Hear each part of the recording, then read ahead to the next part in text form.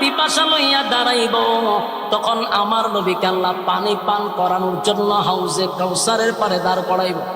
আর আমার নবী কাদেরকে পানি পান করাইব? নবীর উম্মতের কাছে এক পেয়ালা পানি নবীর বরপতি হাতের পানি পৌঁছায়া দিবে। সুবহানাল্লাহ। সেদিন অনেক মানুষই নবীর কাছে যাবে পানি পান করার জন্য, কিন্তু সেদিন নবীরে তারা দেখতে পারবে না, নবীও তাদেরকে দেখবে না। একটা চিৎকার দিয়া বলবেন, মালিক, নবীর জন্য তো মিছিল করলাম, নবীর জন্য জীবন দিলাম, কিন্তু আজকে পানি পান করতে আসলাম গো, আপনার বন্ধুরে দেখি না। আপনার বন্ধু সবাইরে পানি পান করাইল, কিন্তু আমি নবীর কাছে আসার পরে মাঝখানে একটা পর্দা পড়ে গেল, এখন আর নবীরে দেখা যায় না। আল্লাহ আওয়াজ দিয়া বলবে, এ বন্ধু, আপনার এই উম্মতগুলি দুনিয়াতে আপনার তরিকা অনুযায়ী জীবন যাপন করে নাই, মন গড়া জিন্দেগি চালাইছে, পীরের কথা শুনা জীবন যাপন করছে, একবারও কোরআন হাদিসে আছে কিনা এটা একবারও চেক করলো না, একবারও সে এটা স্টাডি করলো না, জীবনটা চালাইছে মন গড়া জীবন যাপন কইরা নবীর হাতের বরকতের পানি পান করা যাবে না। আল্লাহর নবী সেদিন পানি পান করে দিকে দেখবো মাঝখানে পর্দা কিতারে, এতক্ষণ দেখলাম লক্ষ কোটি কোটি উম্মতেরা দৌড়াই আইতেছে, কিন্তু আমার ঘরে এখন আর দেখে না, মাঝখানে পর্দা ফলাই দিছে। তো নবীও শিক্ষার দিবা, আল্লাহ আমনে তো পানি আপনার কাছে আমি জোর করে আনছি, হাউসে কাউসার দিছুন আপনি আমার গিফট, উম্মতে পান করাই বলেন, উম্মতে পানি পান করাইতে যায়, কিন্তু আমি আর দেখি না। আল্লাহ ভাই আপনি দেখবেন না কেন?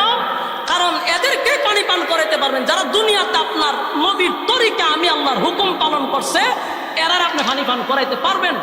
যাদেরকে আপনি দেখেন না তারা মন গড়া জীবন যাপন করছে, আপনার তরিকায় চলে নাই। আমার কথা বুঝুননি? পানি কি সবাই পান করতে পারবো? একদল পানি পান করবে আর একদল নবীরে দেখবে না, নবীও তারা দেখবে না। তখন আল্লাহ ঘোষণা দিব যে এরা আপনার তরিকা অনুযায়ী চলে নাই, কোরআন সুন্নাহ অনুযায়ী জীবন যাপন করে নাই, মন গড়া জীবন চালাইছে। নবী রাগে গুসায় বলবে, সুক্কান সুক্কান, লিমান গায়্যারা বাদি, দূর হয়ে যায়, এমন উম্মতের আমার কোনো দরকার নেই। কি বুঝলেন? নবী যদি হাসরের মাঠে আপনি আমারে সরাইয়া দেয়, আর কেউ আমরা সুপারিশ করবো? কথা কয় না। কোন ফির মুরিদানরে সুপারিশ করে জান্নাতে নিতে পারবো? কথা কয় না।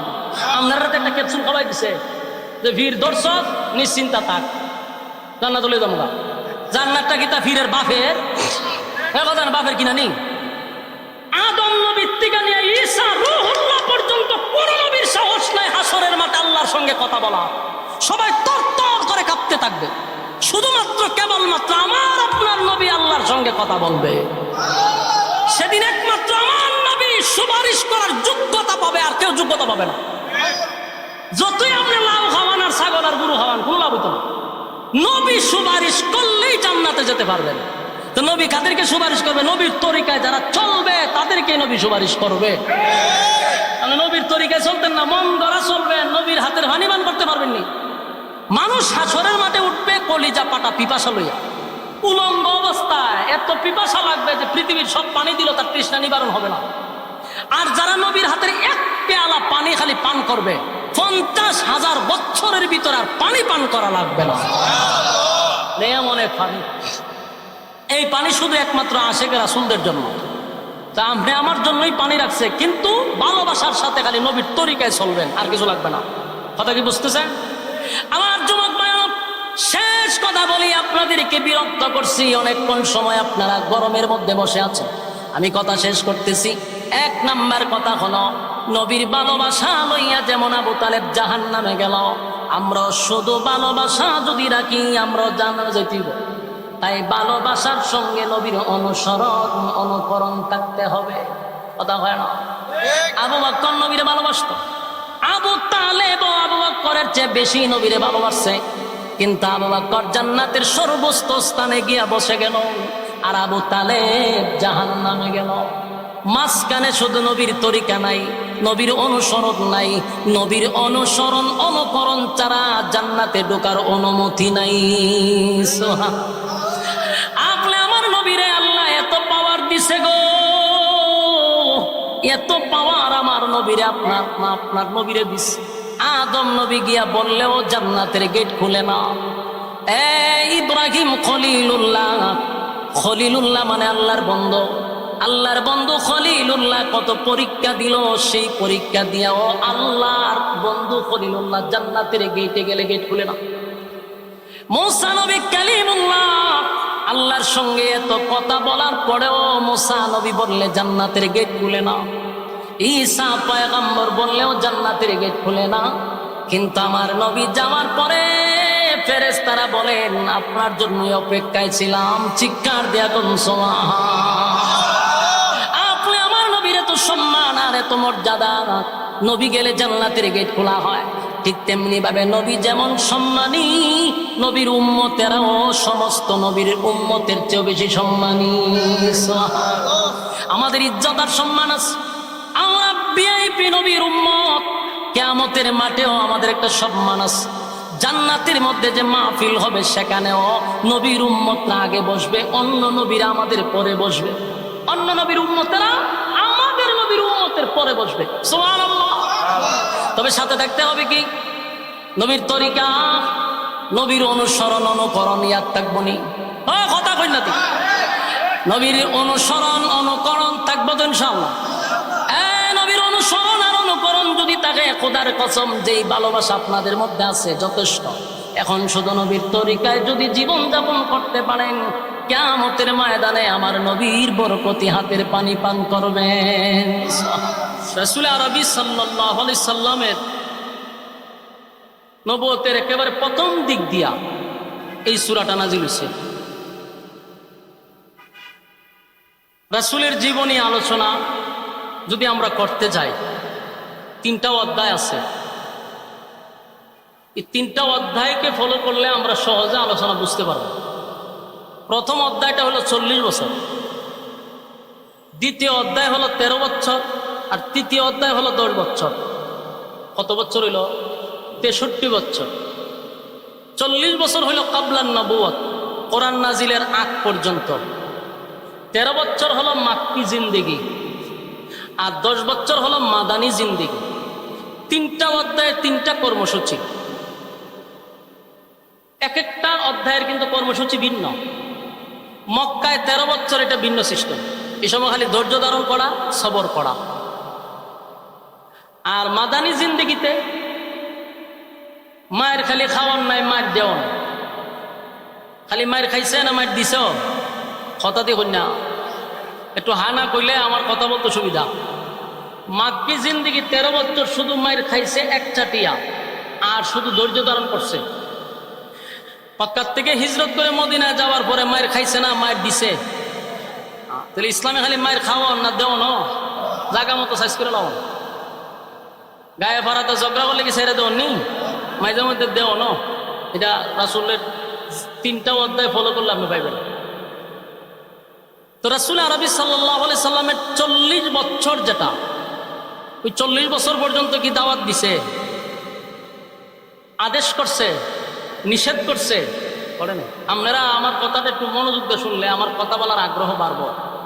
আর আপনারা যত মনোযোগ কম দিবেন, কথা এলোমেলো হবে, কথা গুছালো হবে না। এই জন্য শ্রোতার মনোযোগ দিতে হয়। 3টা অধ্যায় আপনি মনোযোগ দিয়ে একটু শুনেন, ভালো লাগবে, কিছু বুঝতে পারবেন। আমরা তো অনেক সময় না বুঝা লাফালাফি করি, বুঝি কম, লাফাই বেশি। এই জন্য মাঝে মধ্যে নবীর জীবনী স্টাডি করা দরকার, একটু পড়া দরকার, বোঝা দরকার, তাহলে আমাদের অনেক কিছু মাথায় ঢুকবে। 40টা বছর রাসূলের মোট জীবনী হইল 63 বছর।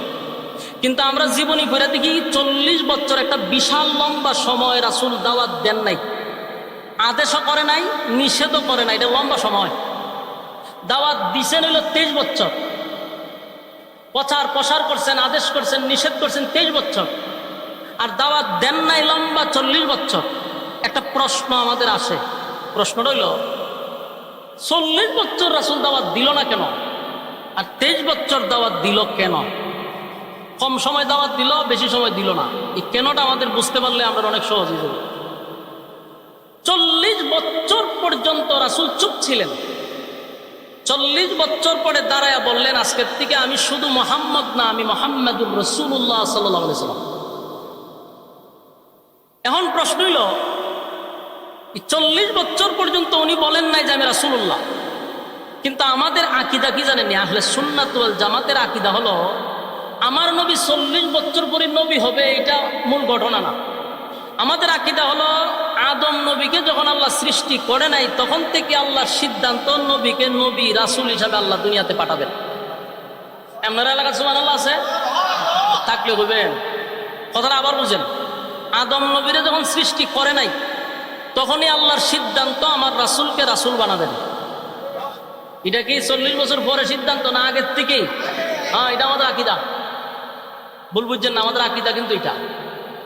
নবীরে আদম নবীর সৃষ্টি করার আগ থেকেই রাসূল হিসাবে আল্লাহ ঘোষণা দিয়ে দিয়েছে, কিন্তু 40 বছর পরে প্রকাশ করছেন। কেন প্রকাশ করছেন? এখানে মনোযোগ দিয়ে শুনেন।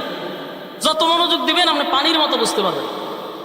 এখন মনে করেন 40 বছর পরে যখন উনি বলল আমি শুধু মুহাম্মদ না, আমি রাসূলুল্লাহ সাল্লাল্লাহু আলাইহি ওয়াসাল্লাম, তখন মক্কার কাফেররা যে বলবে আপনি নবী রাসূল হইলেন কিভাবে, কেমনে হইলেন, এই প্রশ্নটা যে করবে এটা আল্লাহ জানেনি।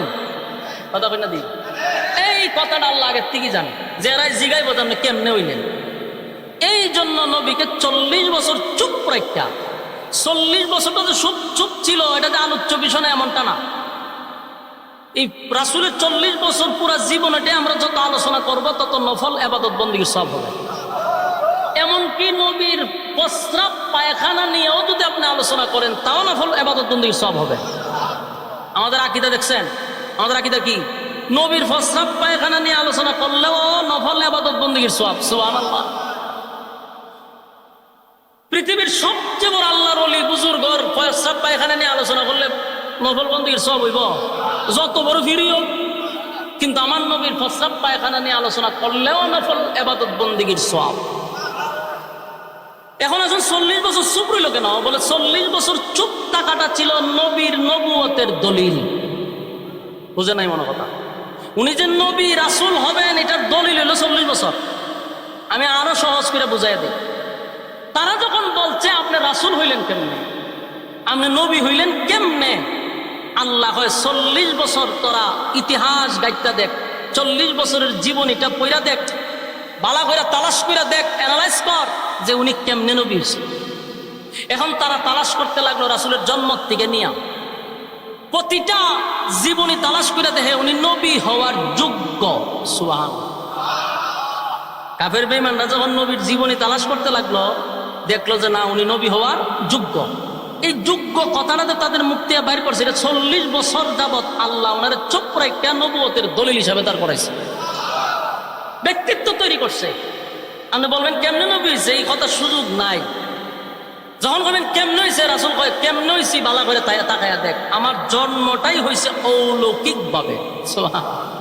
নবীর জন্মের সাথে কারো জন্মের তুলনা আছে? রাসূলের জন্ম হয়েছে অলৌকিক ভাবে, যেটা পৃথিবীর কারো জন্ম এরকম হয় নাই আর হবেও না। রাসূল যখন দুনিয়াতে আসছেন ওনার শরীরে কোনো ময়লা ছিল না। আপনি আমি ফির কোন দাউস কোন কুতুব কোন এরা দুনিয়াতে আসার সময় ময়লা শরীরে লাগাই তাকেনি। আমার রাসূলকে আল্লাহ একেবারে গোসল করাইয়া খুশবু মাখাইয়া দুনিয়াতে পাঠাইছে। তাহলে রাসূলের জন্মটা অলৌকিক কিনা? 2 নম্বর হলো রাসূল দুনিয়াতে আসার পরে আমরাও দুনিয়াতে এসে কান্নাকাটি করি, কিন্তু রাসূলের কান্নাটা ছিল ব্যতিক্রম।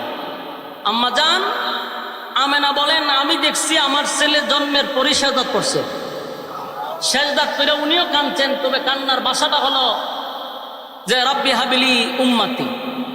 উনি উম্মত উম্মত করে সেজদা করে কাঁদবে। আপনারা সুবহানাল্লাহ আছে? ঠিক আছে, সুবহানাল্লাহ না বলে কোরআনে গিয়ে হবে মিছিল। মনোযোগ দিয়ে শুনেন, রাসূলের প্রতিটা বিষয় জন্মটাই ছিল অলৌকিক। আমরা কান্নাকাটি করলে আমরা বাবায় সান্ত্বনা দেয়, দাদিয়ে সান্ত্বনা দেয়, দাদায় সান্ত্বনা দেয়, ফুতুল দেয়, মজা দেয়, ঠিক নেই? আর নবী যখন কাঁদছে তখন আসমানের চন্দ্র নবীর আনন্দ দিছে। বলুন এটা আর কারো দ্বারা সম্ভব? হ্যাঁ, এটা আমি গত বছর আপনারা করমপুরের কাছে এই ওয়াজটা করছি শুধু বোঝানোর জন্য যে রাসূলের জন্মটা মিলাদ যে বলি, মিলাদ শব্দের অর্থই আমরা অনেকে জানি না। আমরা মিলাদ কইলে 500 জন লইয়া বইয়ে যাই একটা সামনে জিলাপির বোতল লইয়া বইয়ে মিলাদ আন বলে দিই। আসলে এটা মিলাদ না, মিলাদ শব্দের অর্থ হলো জন্ম। বলুন মিলাদ শব্দের অর্থ কি?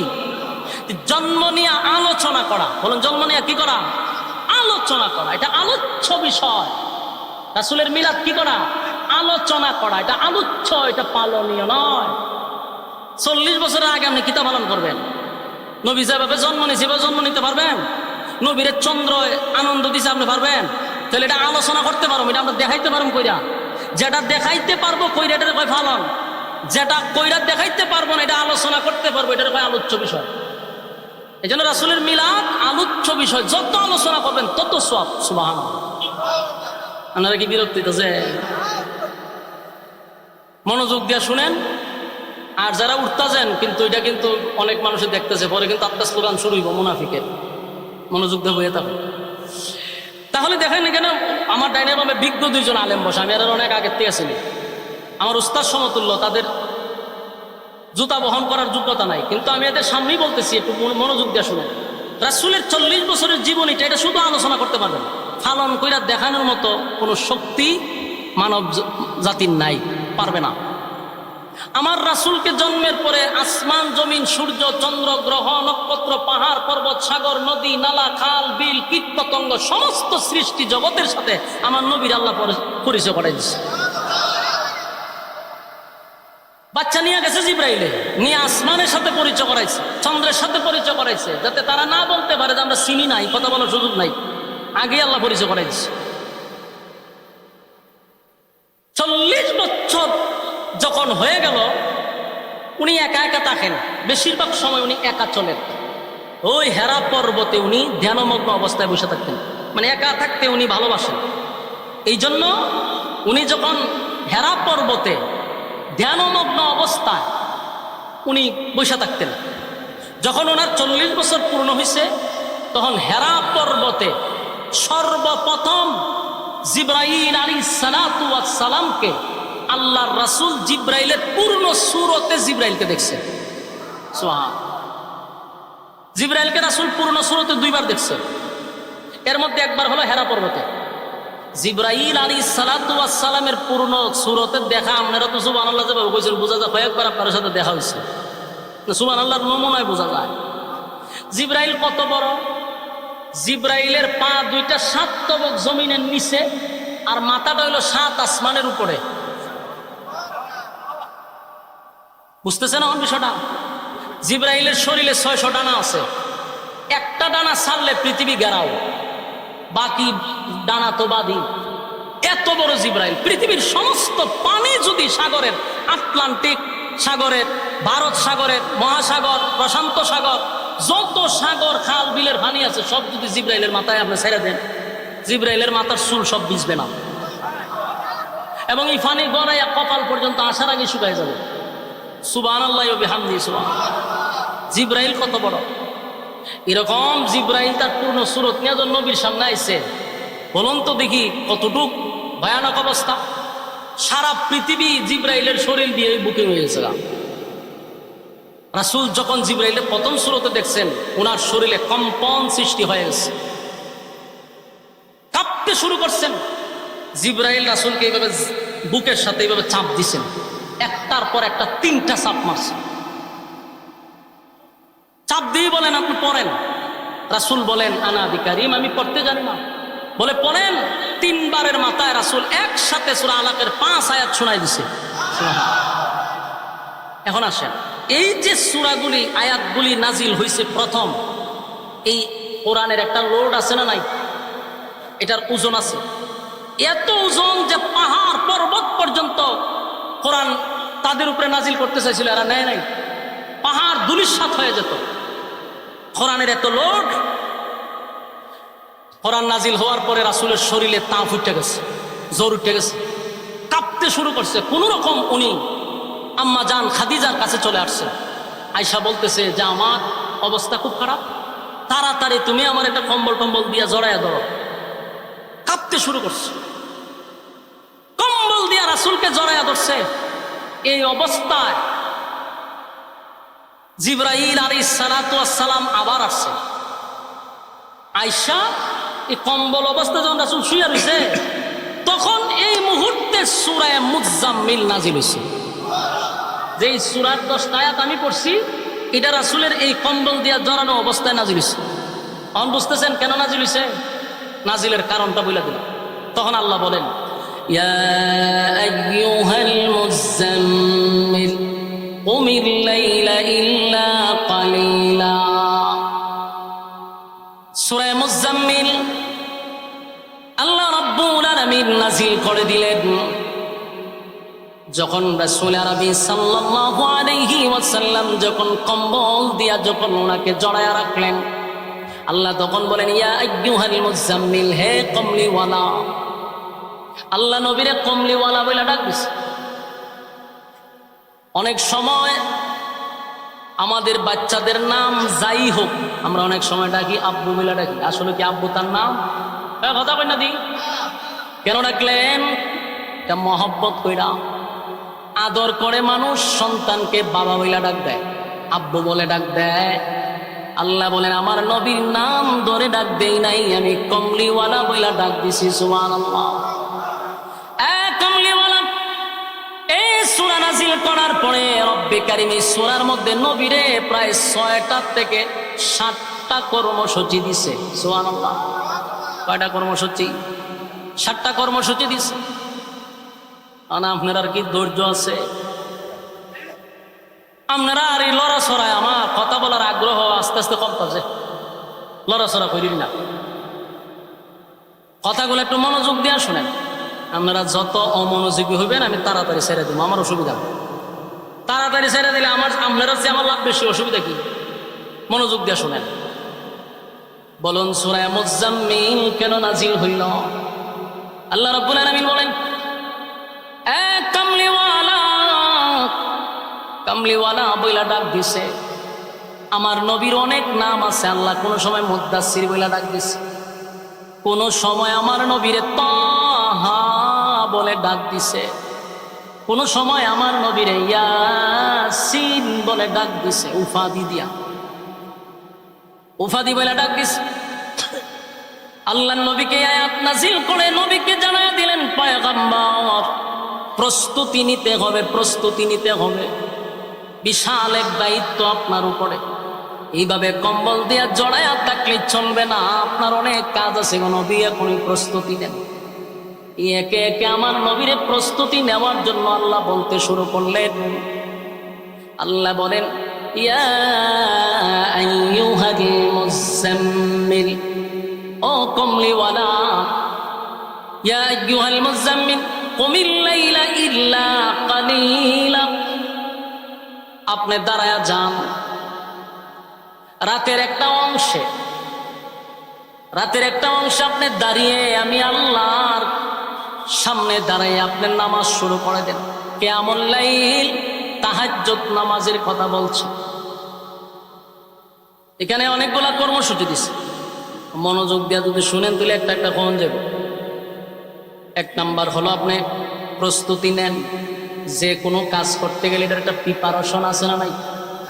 আপনারও ওয়াজ মাহফিল আইসো, একটা প্রিপারেশন আছে না? কেউ খাইয়া টিয়া বাড়িছে, কেউ না খাইয়া বাড়িছে, খাবার জবর বলছে, করার পরে সিদ্ধান্ত নিয়েছে মাহফিলও যাব। বিভিন্ন প্রিপারেশন আছে। আগে আগে বাজার ঘুরে লাগছেন, আগে আগে চলে আসছেন, এটা একটা প্রিপারেশন। 23 বছর নবী দাওয়াত দিবে, দিনের খেদমত করবে, নবী কেউ আল্লাহ বলতেছে আপনি একটা প্রিপারেশন নেন। আর আপনার যে কাজগুলো করতে হবে, প্রথম কথাই হলো আপনি দাঁড়িয়ে যান কিয়ামুল লাইল, রাত্রের নামাজে দাঁড়িয়ে যান। তখন শুধু এই তাহাজ্জুদের নামাজের কথা বলছে, তখন 5 ওয়াক্ত নামাজ ছিল না। তাহাজ্জুদের নামাজ তখন ফরজ আছে, ইজ্জত দেয়। এই জন্য সমস্ত নবী রাসূলগণ রাতের নামাজ পড়ছে, সাহাবায়ে কেরাম পড়ছে। যত পীর আছে, বড় বড় বুজুর্গানে দিন, তারা রাতের নামাজ ছাড়া কেউ আল্লাহর ওলি হতে পারে নাই। আমার কথা কি বুঝতেছে? তাহাজ্জুদের নামাজ না পড়লে আপনি জাহান্নামে যাবেন না, কিন্তু তাহাজ্জুদের নামাজ পড়লে আল্লাহর সঙ্গে আপনার একটা বন্ধুত্ব তৈরি হবে। 5 ওয়াক্ত নামাজ দিয়া জাহান্নাম থেকে বাঁচা যাবে রে, কিন্তু আল্লাহর সঙ্গে বন্ধুত্ব হয় না। আল্লাহর সঙ্গে বন্ধুত্ব করতে হলে তাহাজ্জুদের নামাজে দাঁড়াইতে হবে। তাই আল্লাহর হাবিবকে আল্লাহ বলেন, ইয়া আইয়ুহাল মুজাম্মিল কুমিল লাইলা ইল্লা কালিলা, বন্ধু আপনি রাতের নামাজে দাঁড়িয়ে যান। আমার নবী তাহাজ্জুদের নামাজ পড়ছে, শুধু তাই নয় সাহাবায়ে কেরামরা তাহাজ্জুদের নামাজ পড়ছে। সাহাবায়ে কেরামদের মধ্যে প্রতিযোগিতা, নামাজ নিয়ে প্রতিযোগিতা হইতো গো, নামাজ নিয়ে প্রতিযোগিতা হইত, কে কার আগে তাহাজ্জুদে দাঁড়াইতে পারবে। খলিফাতুল মুসলিমিন হযরত ওমর রাতের বেলা সিদ্ধান্ত নিল, আজকে সবার আগে আমি তাহাজ্জুদে দাঁড়াবো। মসজিদে নববীর ভিতরে সবার আগে গিয়ে আজকে আমি দাঁড়ায়া যাব। হযরত ওমর রাতের বেলা কাপড় পরিধান করে খুশবু মেখে মসজিদে নববীর দিকে রওনা দিয়া দিছে। মসজিদে নববীর দিকে রওনা দিয়া দিল। যে মাত্র মসজিদে নববীর মধ্যে গেল, গিয়া দেখে উনার আগে হযরত আবু বকর সেখানে উপস্থিত। সুবহানাল্লাহ। ওমর আফসোস করে বলে, হায় আফসোস, আমি আবু বকরের সঙ্গে পারলাম না। তারা ইবাদত নিয়ে প্রতিযোগিতা করত, আর আমরা এখন গুনাহ নিয়ে প্রতিযোগিতা করি। কার থেকে কে বেশি গুনাহ করতে পারবে? গুনাহের প্রতিযোগিতা বেশি রে, নেকির প্রতিযোগিতা কম। এক্সাম্পল দিলেই বুঝতে পারবেন, এই যে প্যান্ডেলের ভিতরে অনেক মানুষ বসা, এর থেকে বেশি গিয়া দেখেন দোকান ফাটে আছে, কথা হয় না? রাস্তাঘাটে এর থেকে বেশি মানুষ ঘুরাইতেছে, আর কিছু সংখ্যক মানুষ আপনারা এখানে বসে আছেন, তার মানে আপনারা নেকির প্রতিযোগিতায় আছেন। আলহামদুলিল্লাহ বলেন। আল্লাহ এদের থেকে আপনাকে কত মহব্বত আর কত ভালোবেসে এখানে প্রচন্ড গরমের মধ্যে আপনি আমারে বসায় রাখছে। আবার আপনার সাথের লোকটারে রাস্তাঘাটে ঘুরাইতেছে, কাউরে দোকানে পাঠাইয়া ঘুরাইতেছে, কেউ রাস্তাঘাটে গল্প করতেছে। বুঝতে হবে তাদের থেকে আপনাকে আল্লাহ বেশি ভালোবাসে। কোন মানুষকে যদি মালিক পছন্দ করে গো, ওই মানুষটাকে আল্লাহ বেশিরভাগ দিনের কাজ করার সুযোগ করে দেয়। ওই মানুষটাকে আল্লাহ তাহাজ্জুদে দাঁড় করায়া দেয়, 5 ওয়াক্ত মসজিদে যাওয়ার সুযোগ করে দেয়, নেকির কাজে জড়িত রাখে। বুঝতে হবে আপনার মালিক আপনারে ভালোবাসে। এই সময় শুকরিয়া আদায় করলেন। মসজিদে যদি 5 ওয়াক্ত নামাজ পড়তে পারেন, নিজে নিজে শুকরিয়া আদায় করবেন যে আমার মালিক আমারে কত ভালোবাসে, এই জন্যই তো আমারে আপনারে মসজিদে আনছে। আমার সাথে লোকটারে দোকানপাটে বাজারে বসায় রাখছে, আর আমারে মসজিদে রাখছে। খুশি না বেজা? আমার যুবক ভাইরা, সাহাবায়ে কেরামরা নেকির প্রতিযোগিতা করত, নেকির প্রতিযোগিতা করত। হযরত ওমর প্রতিযোগিতা করত আবু বকরের সঙ্গে, আবু বকরের সঙ্গে নেকির প্রতিযোগিতা করত, কিন্তু যত চেষ্টাই করত, কিন্তু আবু বকরের সাথে উনি পারতেন না, আগে গিয়ে দেখুন উপস্থিত। আমার যুবক ভাইরা, আমাদের উচিত নেকির প্রতিযোগিতা করা, কথা কই না দি? আগে আগে মসজিদে যাওয়া, যে কোনো কাজ আমার নিয়ত থাকতে হবে, এর আগে আমার এই কাজটা করতে হবে। এটা হলো নেকির প্রতিযোগিতা, এটা আল্লাহ পছন্দ করে। আমার যুবক ভাইরা, এই সূরা মুজাম্মিল নাজিল হওয়ার কারণ ছিল, প্রথম দিক দিয়ে যখন কোরআন নাজিল হয়েছে, আমার নবীটা লোড সহ্য করতে পারে নাই। অনেক সাহাবীরা বলতো, হাবিবে কিবরিয়া যখন ঘোড়ার উপরে থাকতো অথবা উটের উপরে রাসূল বসতো, তখন যদি কোনো আয়াত নাজিল হইতো, উটের পাগুলি জমিনে ঢুকে যাইত। সুবহানাল্লাহ আছে? তাহলে কোরআনের আয়াতের লোড আছে না নাই? আম্মা জান আয়েশা বলেন, প্রচন্ড ঠান্ডার মধ্যে কম্বলের নিচে আমরা শুয়ে আছি, এত ঠান্ডার মধ্যে যখন নবীর উপরে কোরআনের আয়াত নাজিল হইত, আল্লাহর নবী ঘেমে যাইতেন, পেরেশান হয়ে যাইতেন, ওনার শরীর দিয়া গাম মোবারক বাহির হইত। এই আয়াতের এত লোড, এত ক্ষমতা, এই কোরআন নবীর উপরে নাজিল হইছে। হেরা পর্বতে সর্বপ্রথম যখন নাজিল হয়, জিবরাইল আলাইহিস সালাতু ওয়াস সালাম পূর্ণ সূরত নিয়ে নবীর সামনে হাজির হয়। বারবার নবীরে বারবার বলতে লাগলো, পড়েন আপনি কোরআন পড়েন। নবী 5টা আয়াত শোনায়া দেওয়ার পরে এই যে নবীর শরীরে কম্পন সৃষ্টি হইল। নবী বারবার আম্মা জান খাদিজার কাছে কয়, খাদিজা গো, আমি মনে হয় বেশি দিন বাঁচব না, আমার লক্ষণ ভালো না। কিন্তু আম্মা জান খাদিজা ছিল অত্যন্ত বুদ্ধিমতী একজন মহিলা। এই জন্য বিবি যদি বুদ্ধিমান হয় নেককার হয়, তাহলে স্বামী বেচারার জন্য অনেক ভালো, ফ্যামিলি ভালো চলে যদি বউ নেককার হয়। আর যদি বউ নেককার না হয় তাহলে দুনিয়াটা একটা জাহান্নাম। বাস্তব না বাস্তব? আম্মা জান খাদিজা বলে, হাবিব চিন্তার কোনো কারণ নাই গো, আপনি ঘাবড়াইবেন না, কারণ জিন্দিগিতে আমি আপনাকে কোনোদিন আমানতের খেয়ানত করতে দেখি নাই। মানুষের সঙ্গে আপনি খারাপ আচরণ করেন নাই, মানুষের হক আপনি নষ্ট করেন নাই, সুতরাং আপনার উপরে এমন মুসিবত হতে পারে না, কোন দুষ্ট জিন আপনাকে নষ্ট করতে পারে না, কারণ আপনি হক আদায় করছেন। তাই বিবি নিজের স্বামীকে সান্ত্বনা দেয় আর বলতেছে, নিশ্চয়ই আপনার সঙ্গে যার দেখা হয়েছে দুনিয়ার কোনো মানুষ নয়, এটা আল্লাহর কোনো ফেরেশতা। সুবহানাল্লাহ। সান্ত্বনা দিতেছে।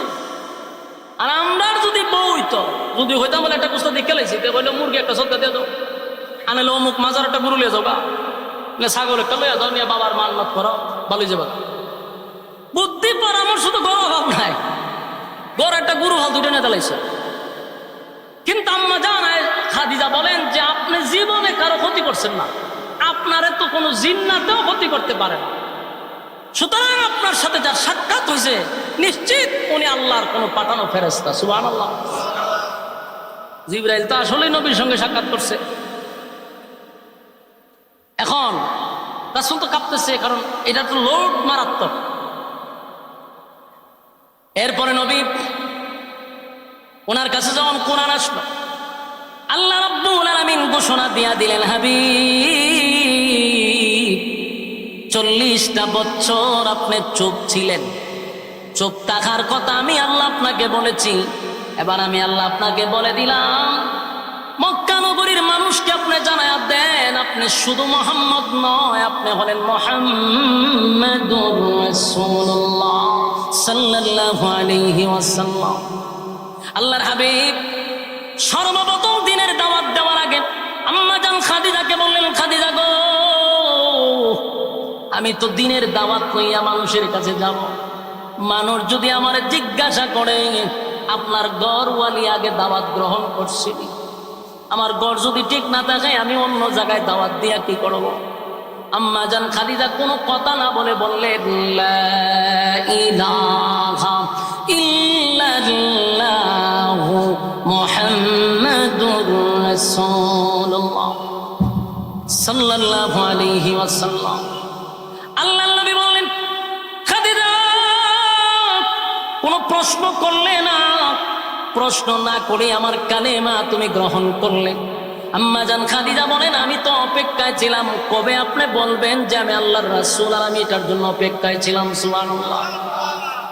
আল্লাহর নবী নিজের ঘরের মধ্যে কালেমার দাওয়াত গ্রহণ করাইতে পারলেন, সাথে সাথে উনি মক্কা নগরীতে চলে গেলেন, গিয়া এক জায়গায় দাঁড়াইয়া সবাইকে একত্রিত করে বললেন, এই মক্কার মানুষেরা শোনো, আজকের পর থেকে শুধু আমি মুহাম্মদ নয়, আমি হলাম মুহাম্মাদুর রাসূলুল্লাহ সাল্লাল্লাহু আলাইহি ওয়াসাল্লাম।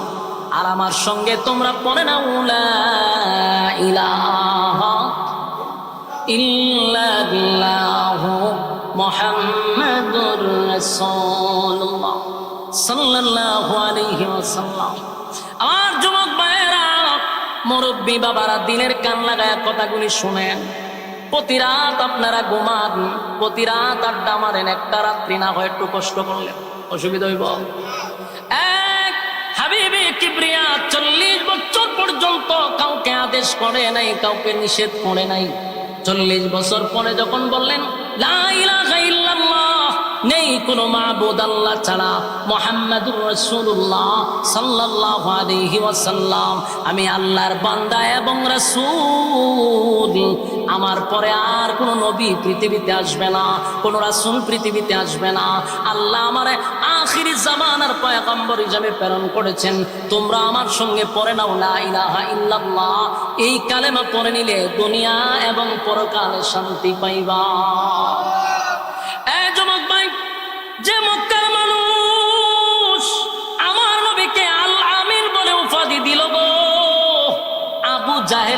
ব্যক্তি আমার নবীর আলামিন বলে ডাকছে। মক্কার মধ্যে আমার নবীর কোনো দুশ্মন ছিল না, মক্কার ভিতরে আমার নবীর দুশ্মনী কেউ করতো না, কেউ নবীর বিরোধিতা কোনোদিন করলো না। যেই মাত্র বললেন লা ইলাহা ইল্লাল্লাহ, আল্লাহ ছাড়া কোনো মাবুদ নাই আর আমি মুহাম্মাদুর রাসূলুল্লাহ, এই স্লোগান দেওয়ার সাথে সাথে মক্কার মানুষ আমার নবীরে মারার জন্য পাথর নিয়ে দাঁড়াইছে। আমার কথা কি বুঝতেছেন? তার কারণ হলো এতদিন নবী আদেশ করে নাই, নিষেধও করে নাই, নবীর কোনো শত্রু ছিল না। যেই মাত্র নবী আদেশ করতে লাগলেন, নিষেধ করতে লাগলেন, শত্রুর এখন অভাব নাই। কথা বলো, সমাজের মধ্যে যদি আমি আপনি আদেশ করি, নিষেধ করি, আপনি আমার শত্রু আছে। আর আপনি আমি যদি আদেশও নাই, নিষেধও নাই, একজনে খারিয়া নাচতেছে, আপনি যখন আস্তাগফিরুল্লাহ এটা করেন ঠিক না, হয়ে আপনি তসবিলিয়া মসজিদে গেছেন না, তাহলে আপনার কোনো শত্রু নাই।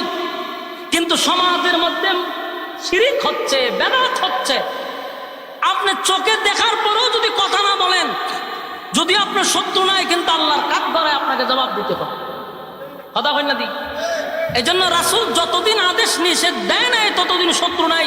যেদিন থেকে বললেন আজকের থেকে সুদ খাওয়া যাবে না, ঘুষ খাওয়া যাবে না, মদ খাওয়া যাবে না, জানা ব্যভিচার করা যাবে না, দুর্নীতি করা যাবে না, টেন্ডারবাজি করা যাবে না, চাঁদাবাজি করা যাবে না, সেদিন থেকে নবীর বিরুদ্ধে সবাই দাঁড়িয়ে গেছে।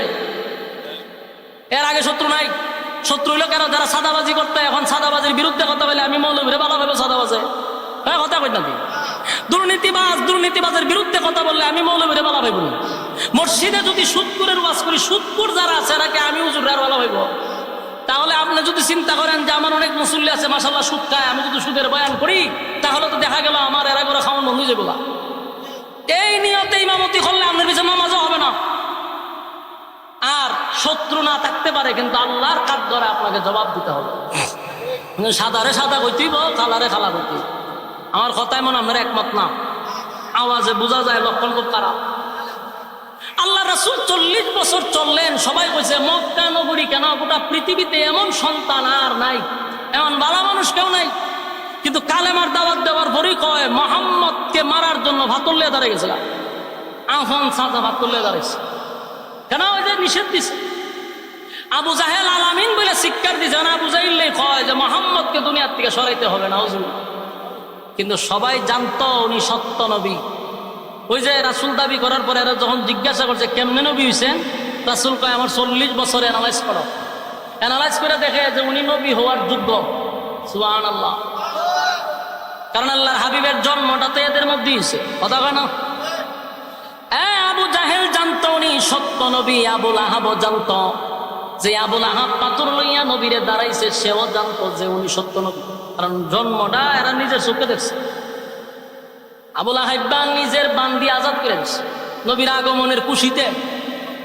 হে আবুল আহাব পাথর লইয়া খারো, কারণ হক কথা বলার কারণে। হক কথাটা কিন্তু তিতা, এটা কিন্তু মিষ্টি না, এটা অনেক তিতা।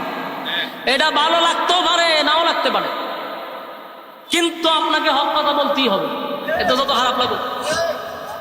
আমার যুবক ভাইরা, আল্লাহর হাবিব দুনিয়াতে আসার কারণে সবাই যখন খুশি ছিল, আবুল আহাবও খুশি ছিল, আবু জাহিলও খুশি ছিল। এখনো নবীর আগমনে সবাই খুশি হয়, কিন্তু নবীর সিরাত অনুযায়ী চলতে মানে না, চলতে পারে না। যদি হয় নামাজ পড়, রোজা রাখ, পর্দা কর, নিজের বউরে পর্দায় রাখ, নিজের বাচ্চারে পর্দাত রাখ, এটা সহ্য করতে পারে না। কথা বুঝতেছেন? কিন্তু নবীর জন্মের দিন মিছিলও করতে পারে, বিরিয়ানিও খাইতে পারে, কিন্তু নবীর হুকুম, নবীর তরিকা অনুযায়ী জীবন যাপন করতে তার ভালো লাগে না। আমি একটা বললাম, তুই যে মিছিল দিতা যাস, তো তোর মুখ দাঁড়িয়েও নাই, নমাজও নাই, তুই মুইতে হানি হলস না, না থাকলেও দিছে। নবীর প্রেম আছে, তো নবীর প্রেম দিয়ে কি জান্নাতে যাইতে পারবেন? হতা করেন না। আবু তালেবের ভালোবাসা এক পাল্লা ভাই আপনি রাখেন, আর তাম পৃথিবীর সমস্ত মুমিনের ভালোবাসা এক পাল্লা ভাই রাখেন। শুধু ভালোবাসাটা মাপেন, খোদার কসম আবু তালেবের একদিনের ভালোবাসার সমান হবে না। বলুন, সেই আবু তালেব জান্নাতি না জাহান্নামী? কেন? ভালোবাসার কোনো কমতি ছিল? কোনো কমতি ছিল না। কিন্তু এই ভালোবাসা লইয়া গেছে বউ জাহান্নামে গেছে, যদিও জাহান্নামের শাস্তি অনেক কম। কেন কম? নবীর প্রতি ভালোবাসা ছিল, নবীর এমন কোন অংশ নাই আবু তালেবের শরীরে লাগে নাই, এই জন্য আল্লাহ শরীরের মধ্যে আগুন লাগাইছে না। কিন্তু যেই জায়গায় আগুন লাগাইছে ভাবের তলা তো ওই মাথার মগজ পর্যন্ত এইভাবে উতরাইতেছে। কিন্তু ভালোবাসা আবু তালেবের কোনো কমতি ছিল না। তাহলে এখান থেকে আমরা বুঝতে পারলাম শুধু ভালোবাসা দিয়া জান্নাতে যাওয়া যায় না, ভালোবাসার সাথে নবীর আতাত লাগে, নবীর অনুসরণ অনুকরণ নবীর তরিকা অনুযায়ী জীবনযাপন করতে হয়। কথা কই না দি? বলুন শুধু ভালোবাসা দিয়ে জান্নাতে যাওয়া সম্ভব না, ভালোবাসার সাথে নবীর তরিকা লাগে? আমি কথাটা বললে একটা এক্সাম্পল দেই। আমি এক্সাম্পলটা দিলে সাধারণ মানুষ বুঝতে সুবিধা। যেমন মনে করেন আমার মতো একটা ছোট্ট বক্তা আছে না নাই? আছে, সারা বাংলাদেশে আছে, ইউরোপ আমেরিকার থেকেও আমার বক্তব্য আছে, ফোন টুন দেয়। তো এই যে ভালোবাসা, অনেক মানুষ ফোন দিয়ে কান্নাকাটি করে, একদিন দেখা করো মজুর আপনার ওয়াজ শুনি, বিভিন্ন আবেগ আছে, ভালোবাসা এদের কমতি নাই। কিন্তু অনেক বক্তরে দেখলাম যে মুখদারিও নাই, মুসও নাই, সুন্নতি কোনো লেবাসও নাই, নামাজও পড়ে না, কিন্তু আমার জীবন তালে। বলুন তো দেখি আমার প্রতি তার ভালোবাসার কোনো কমতি আছে? কমতি নাই। কিন্তু কি নাই? আমার অনুসরণ অনুকরণ নাই। কথা কয় না দি? আমার যে অনুসরণ অনুকরণ তার মধ্যে থাকার কথা ছিল এটা নাই, কিন্তু ভালোবাসা আছে। আল্লাহ নবীর প্রতি অনেক মানুষের ভালোবাসা আছে, যারা মিছিল করে এরা নবীর ভালোবাসা মিছিল যায়, নবীর জন্য জীবন দিতে এরাও প্রস্তুত। এরা যে ভালোবাসা নাই কথা বলতে পারবে না, এরা নবীর লেগে জীবন দেওয়াইতে প্রস্তুত। কিন্তু সমস্যাটা হইলো এদের মধ্যে নবীর তরিকা নাই, নবীর অনুসরণ নাই, নবীর অনুকরণ নাই। শুধু ভালোবাসলেই হবে না, আপনি নবীর তরিকাটা খালি গ্রহণ করেন, সবচেয়ে বড় আশেখ রাসূল আপনি হবেন। নবীর তরিকাটা মানে, কারণ আমি নবীর তরিকা নাই, ভালোবাসার স্লোগান দিতেছে, ফায়দা হইব নি? আবু তালেব নবীরে ভালোবাসছে, একবারে মৃত্যুর আগ পর্যন্ত নবী কান্নাকাটি করছে যে আপনি একবার শুধু কালেমাটা পড়েন। করছে? আবু তালেবের ভালোবাসা যদি এক পাল্লা বাই রাখেন, তাম পৃথিবীর সমস্ত আশেকে রাসূলের ভালোবাসার এক পাল্লা বাই রাখেন, খোদার কসম আবু তালেবের ভালোবাসার সমান হবে না। কিন্তু এই ভালোবাসা লইয়া গেছে জাহান্নামে। আল্লাহর হাবিব বলেন, চাচা জীবনটা বড় আপনি আমারে ভালোবাসছেন, নিজে না খাইয়া নবীরে খাওয়াইল, ঘুমের সময় নবীরে জড়াইয়া দইরা ঘুমাইত, এমনকি 3 বছর কারাবন্দি ছিল, রাসূলের সাথে জেল পর্যন্ত কাটছে। সেই আবু তালেব যেদিন মারা যায়, নবী কাছে বসে বলছে আপনি শুধু মুখটা লড়াইলাম, খালি একবার বলেন যে আমি কালেমা গ্রহণ করছি। আবু তালেব চতুর্দিকে তাকায়া দেহে আবু জাইল্লা বসা, আবু লাহাইবা বসা, উদ্বা উতাইবা সব বসে রয়েছে। আল্লাহ রাসূল বুঝতে পারছে যে চাচা এরারে দীক্ষা কালেমা পড়ে না, তাই খুব কাছে গেছে, গিয়া রাসূল চোখ দিয়া পানি ছাড়তেছে আর বলতেছে চাচা আপনার, আমি বুঝতেছি আপনি এদের দিকে তাকাইয়া কালেমা পড়তেছেন, আপনি শুধু মুখটা আমার কানের মধ্যে লাগাই রাখেন, আপনি টুকটা লড়াইলেই হবে, আমি আল্লাহরে বলবো যে আমার চাচা পড়ছে, কিয়ামতের মাঠে আপনাকে না নিয়ে আমি জান্নাতে যাব না। সুবহানাল্লাহ, কি সুযোগটা দিছে দেখছে। কিন্তু আবু তালেব বলেন, বাতিজা তুমি আমারে নসিহত করা লাগবে না, তুমি যে আল্লাহর পয়গম্বর সেটা মক্কাবাসীর থেকে আমি বেশি জানি। সুবহানাল্লাহ, তুমি সত্য নবীটাও জানি, তোমার কোরআন সত্য, তোমার আল্লাহ সত্য, তুমি রাসূল সত্য, এটা আমি জানি, কিন্তু আমি কালেমা পড়ব না। নাউজুবিল্লাহ। আল্লাহর নবী বলেন, প্রাণের চাচা কলিজাটা দিয়ে আমারে ভালোবাসছেন গো, আপনি আমারে এত ভালোবাসছেন, আমি কেমনে সহ্য করব, আপনি জাহান্নামের আগুনে জ্বলবেন আর আমি নবীটা দেখবো, এটা কেমনে সম্ভব? আল্লাহর নবী যখন বারবার বলতেছেন না কালেমা পড়ে, আবু তালেব বলে আমি যাই না শুই না জাহান্নামে যাব, তারপরও কালেমা পড়ব না। নাউজুবিল্লাহ। আল্লাহ রাব্বুল আলামিন তখন আয়াত নাজিল করে বলেন, বন্ধু আপনি কাইন্দেন না, আপনি আর একটা কান্নাকাটিও করবেন না, কারণ আপনার চাচা বলছে কালেমা পড়বেন, আপনি আরেকবার তারে রিকোয়েস্ট করবেন না, আমি আল্লাহ আপনার চাচাকে হেদায়েত দিব না, আমি তারে হেদায়েত দিব না, আমি তারে হেদায়েত দিব না, এটা আমি আল্লাহর একক সিদ্ধান্ত। কারণ আপনাকে পাঠাইছি ওয়াজ করবার লাগিয়া, হেদায়েত দিবার লাগি পাঠাইছি। বলুন নবী কি হেদায়েতের মালিক? আল্লাহ নবীরে পাঠাইছে ওয়াজ করার জন্য, আল্লাহ ওয়াজ করছেন, বাস হেদায়েত আমি কারে দিব কারে দিব না এটা আমি আল্লাহর একক সিদ্ধান্ত। কথা কি বুঝতেছেন? কালেমা পড়লো না, কিন্তু ভালোবাসার কোনো কমতি ছিল না। আমি আপনাদেরকে বলি, আমার যুবক ভাই, মুরব্বী বাবারা, আপনাদের ভিতরে ভালোবাসার কমতি নাই, শুধু সাথে নবীর তরিকাটা রাখেন। আবু বকরের সাথে আপনার হাসর হবে। নবীর তরিকা অনুযায়ী জীবন যাপন করেন, উমরের সাথে হাসর হয়ে যাবে। কারণ ভালোবাসা আপনাদের আছে। শুধু নবীর তরিকা অনেকের মধ্যে নাই, দাড়ি রাখে না, নামাজ পড়ে না, প্রস্রাব করে পানি লয় না, নিজের বিবিরও পর্দায় রাখে না। বলুন, এইভাবে কি জান্নাত পাওয়া সম্ভব? খালি স্লোগান দিলেই কথা হয় না। আল্লাহ রাব্বুল আলামিন বলেন, হেদায়েতের একমাত্র মালিক আমি আল্লাহ, কিন্তু যারা হেদায়েত আমার কাছে ভিক্ষা চায় আমি তাদেরকে হেদায়েত দিয়ে থাকি। যারা হেদায়েত চায় না রে, আমি আল্লাহ আসমান থেকে লাইমা তারে হেদায়েত দেই না। হেদায়েত আসমান থেকে লাইমা কেউ দেয় না। হেদায়েতের জন্য আল্লাহর কাছে আপনি চাইতে হবে। আপনি মুনাজাত যতবার করেন, একদিন কি কইছেন যে আল্লাহ আপনি আমার হেদায়েত দেন, আল্লাহ আপনি আমার হেদায়েতের ভিক্ষা দেন, আপনি আমার মহব্বতের বান্দা হিসাবে কবুল করেন, এদিকে আল্লাহর কাছে কইছেন? তা আমরা তো আল্লাহর কাছে হেদায়েত চাই না, এই জন্য আমরা হেদায়েত পাই না। হেদায়েতের জন্য আল্লাহর কাছে চাইতে হবে। কথা কি বুঝতেছেন? আবু তালেব সব জানতো, কিন্তু হেদায়েতের জন্য আল্লাহর কাছে একবারও দরখাস্ত করে নাই। এই জন্য আল্লাহ আমি তার হেদায়েত দিব না। নবীর চাচা আবু তালেবরে হেদায়েত দিল না, ওয়াহশির আল্লাহ হেদায়েত দিয়ে দিছে। কথা কি বুঝতেছেন? আমির হামজারে যিনি মারছেন, সেই ওয়াহশি কত সাহাবীদের মধ্যে সবচেয়ে একেবারে নিচু দরজা রইল ওয়াহশি। আল্লাহ ওয়াহশিরে হেদায়েত দিয়ে দিছে। কিন্তু আবু তালেব নবীরে ছাড়াই হত্যা খাবার খায় নাই। 50 বছর পর্যন্ত নবীরে লালন পালন করছে, নিজের সন্তানের চেয়ে বেশি রাসূলকে মহব্বত করছে। কিন্তু আবু তালেব হেদায়েত পাইল না। আর ওয়াহশি নবীর কলিজায় আঘাত দিছে চাচারে হত্যা কইরা, কিন্তু ওয়াহশির আল্লাহ হেদায়েত দিয়ে দিছে। কারণ ওয়াহশি আল্লাহর কাছে হেদায়েত চাইছে যে আল্লাহ আমি যা করছি ভুল করে লেছি, আমার হেদায়েত দিয়ে দেন। আল্লাহ হেদায়েত দিয়ে দিছে। তো ওয়াহশির মতো একজন লোককে যদি আল্লাহ হেদায়েত দিয়া জান্নাতে দিয়া দেয়, আপনি আমি তো এরকম অপরাধ করছি না। আমরা যদি আল্লাহর কাছে হেদায়েত চাই, আল্লাহ দিবনি? কথা হয় না। কিন্তু মুখে শুধু ভালোবাসার স্লোগান থাকলেই হবে না, নবীর আতাত করতে হবে। আমার যুবক মায়ানব, আবু তালেব ভালোবেসেও জাহান্নামে গেল, শুধু একটাই তার মধ্যে ছিল, এটা হলো অনুসরণ, অনুকরণ। আমার নবীর অনুসরণ, অনুকরণ তার মধ্যে ছিল না। এখনকার ইয়ং জেনারেশন সহ মুরব্বীদের মধ্যেও ভালোবাসার কোনো কমতি নাই, কিন্তু নবীর এতাআত নাই, নবীর ভালোবাসা, মহব্বত, নবীর অনুসরণ, নবীর অনুকরণ আমাদের মধ্যে নাই। এই জিনিসটা যদি আমাদের মধ্যে থাকে, কসম খোদার, আল্লাহ বলেন আমি আমার বান্দারে হেদায়েত দিয়া দিব। যুবক ভাইয়েরা, মালিক জান্নাত বানাইছে মুমিনদেরকে জাহান্নামে দেওয়ার জন্য না, জান্নাত দেওয়ার জন্য আল্লাহ জান্নাত বানাইছে। কিন্তু জান্নাত আল্লাহর কাছ থেকে ছায়া আনতে হবে, আল্লাহর কাছ থেকে চাইতে হবে। আর চাইতে হবে বেশিরভাগ কিয়ামুল লাইল বলতে তাহাজ্জুদের সময়। আল্লাহর সাথে যদি আপনি আমার সম্পর্ক তৈরি করতে হয়, সেটা হলো গভীর রাত। বলুন সেটা কোন রাত? গভীর রাত। 5 ওয়াক্ত নামাজের মাধ্যমে জাহান্নাম থেকে বাঁচতে পারবেন, কিন্তু তাহাজ্জুদের মাধ্যমে আপনি আল্লাহর ওলি হইতে পারবেন। আমার কথা কি বুঝতেছেন? আপনি 5 ওয়াক্ত নামাজ দিয়ে ওলি হইতে পারবেন না।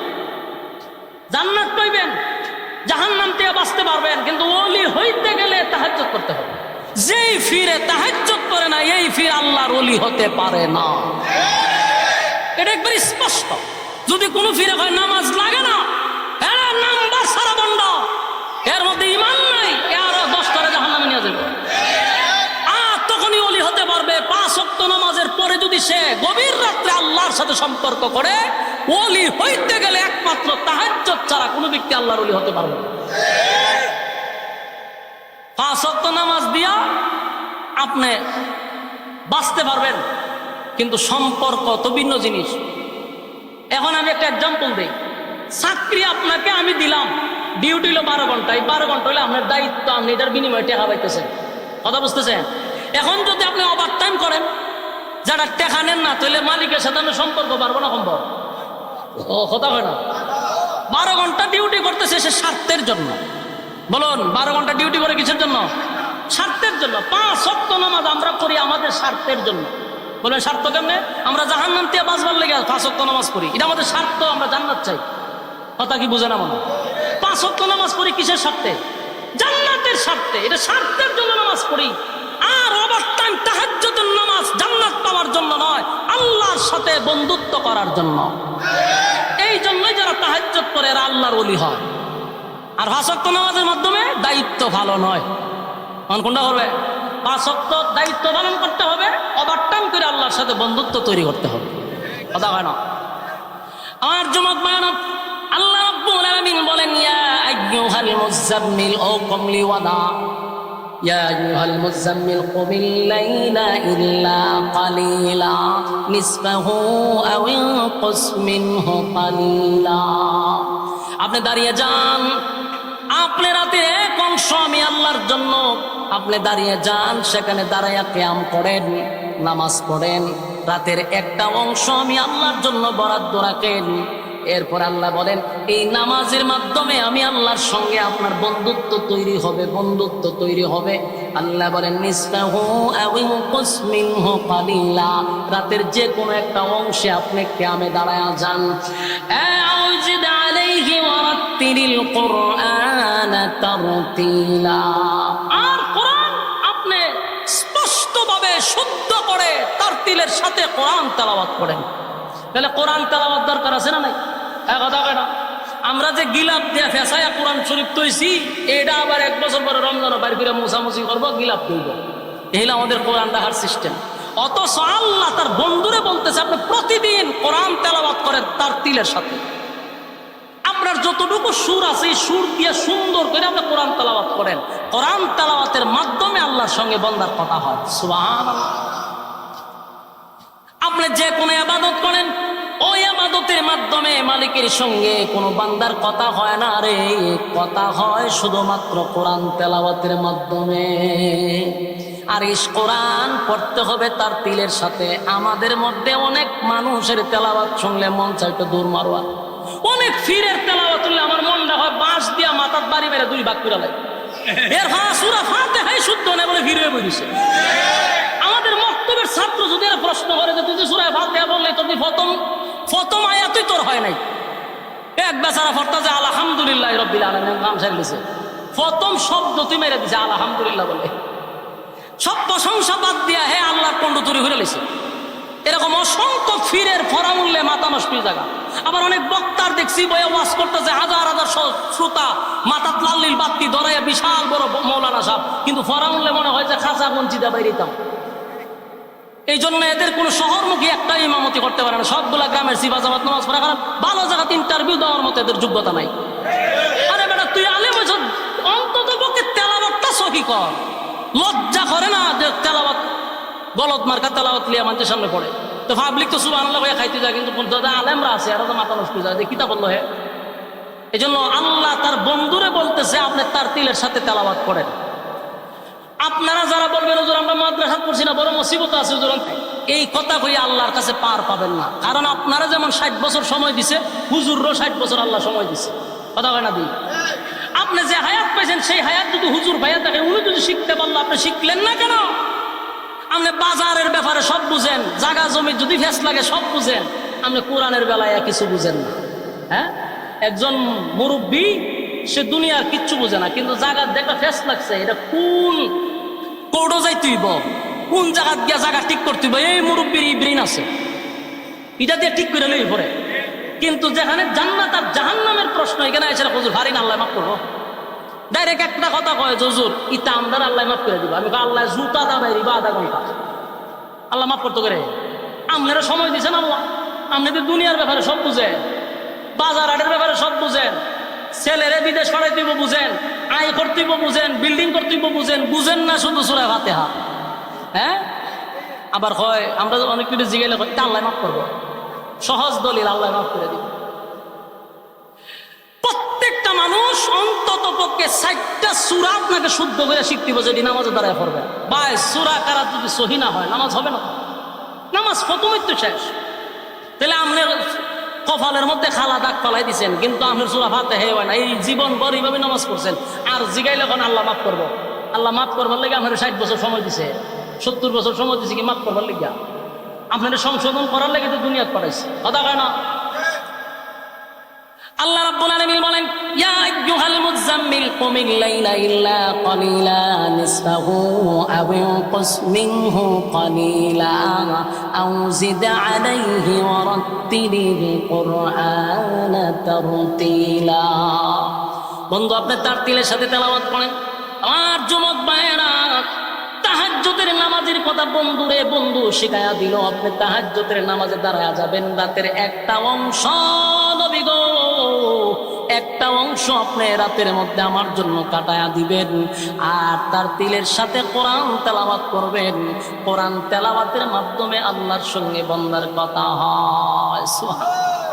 যেমনি ভাবে নামাজ দাঁড়াইয়া মানুষ যখন তেলাওয়াত করে, আল্লাহ রাব্বুল আলামিন বলে, বন্ধু সাত আসমান টপকাইয়া আপনার আমি মেরাজ করাইলাম। বন্ধুর সঙ্গে বন্ধুর সাক্ষাৎ হইল, সাত আসমান টপকাইয়া আপনারে আমি মেরাজ করাইলাম। বন্ধু সেখানে গিয়ে বললাম, সব দেখলাম, জান্নাত দেখলাম, জাহান্নাম দেখলাম। আল্লাহ আপনার সঙ্গে আমার কথা হইল, আমার আনন্দ আমি রাখবো কোথায়? আল্লাহ আমার এত আনন্দ আমি কোথায় রাখবো? আল্লাহ বলে, বন্ধু বলুন আপনার কোনো আফসোস আছে কিনা, আপনার আর কিছু চাওয়ার পাওয়ার আসেনি? বন্ধু আপনাকে কি আমি খুশি করতে পারছি? আল্লাহর নবী বলেন, মালিক রে, সাত আসমান টপকাইয়া আর শাজিম সিদরাতুল মুনতাহা টপকাইয়া আর শাজিমে আমারে আনছেন, আপনার পাশে আমারে বসাইছেন, বন্ধুর সঙ্গে বন্ধু কথা বলছেন, এত আনন্দ রাখবো কোথায়? তবে যাওয়ার আগে ছোট্ট একটা কষ্ট লইয়া আমি দুনিয়ার মধ্যে যাব। আল্লাহ বলেন, বন্ধু সাত আসমান টপকাইয়া আনছে গো, বন্ধুরে বন্ধুর পাশে বসাইয়া কথা বললাম, আর বন্ধু যাওয়ার সময় কষ্ট লইয়া দুনিয়াতে যাবে, আমি আল্লাহ এটা বরদাস্ত করতে পারবো না। বন্ধু বলেন, কি আপনার কষ্ট আমার কাছে একটু বলেন। আল্লাহর নবী তখন বলেন, মালিক রে, আমি আপনাকে সালাম দিলাম, আপনার সঙ্গে দেখা হইল, আপনি আমার হাদিয়া দিলেন, সব ঠিক আছে, কিন্তু আমার গুনাহগার উম্মতেরা কোনোদিন আপনার সঙ্গে কথাও বলতে পারবে না, আপনার সঙ্গে সাক্ষাৎ করতে পারবে না। এই ব্যথা লইয়া আমি দুনিয়ায় যাব, আমি কেমনে সহ্য করি? আল্লাহ বলেন, বন্ধু আমার বন্ধু বেজার হইয়া দুনিয়ায় যাবে না, বন্ধু না, দুনিয়ায় আপনি বেজার হইয়া যাইবেন এটা হতে পারে না, আপনারে খুশি কইরা দিব, খুশি কইরা দিব। আল্লাহ বলেন, বন্ধু ওয়াদা দিলাম, সাত আসমানে উঠাইয়া আমার সঙ্গে সাক্ষাৎ করাইয়া, বন্ধু আমার সঙ্গে আপনার কথাবার্তা কমপ্লিট করাইয়া আপনার আমি হাদিয়া দিলাম, আপনি আমারে হাদিয়া দিলেন, বন্ধুর মধ্যে বন্ধুর কথাবার্তা হইল, যাবার সময় ছোট্ট ব্যথা লইয়া যাইবেন এটাও আমি আপনাকে করতে দিব না। ওয়াদা দিলাম, আপনার সঙ্গে দেখা হয়েছে সাত আসমানে, বন্ধু আপনার উম্মতের সঙ্গে দেখা হবে জমিনে। জোরে কোন সুবহান। আল্লাহ বলে, বন্ধু পাঁচ ওয়াক্ত নামাজ দিলাম গো, এই পাঁচ ওয়াক্ত নামাজ যদি আপনার বান্দা বান্দি জমিনে তাইকে আমারে সেজদা দেয়, নামাজে দাঁড়ায়া যায়, ওয়াদা দিলাম, ওয়াদা দিলাম, আপনার সঙ্গে যখন আমি কথা বলি যেমন কোনো পর্দা নাই। বন্ধু মুসার সঙ্গে কথা বলার সময় আমার সামনে 70,000 পর্দা ছিল, যেই মুসার সঙ্গে আমার কথা হইতো 70,000 পর্দা দিয়া কথা হয়। বন্ধু আপনার সঙ্গে ওয়াদা দিলাম, আপনার উম্মত যখন নামাজে দাঁড়ায়া যাবে, আপনার উম্মত আর আমি আল্লাহর সামনে কোনো পর্দা নাই। চিৎকার দিয়া কোন সুবহান। আমার নবীর যেমন সম্মান,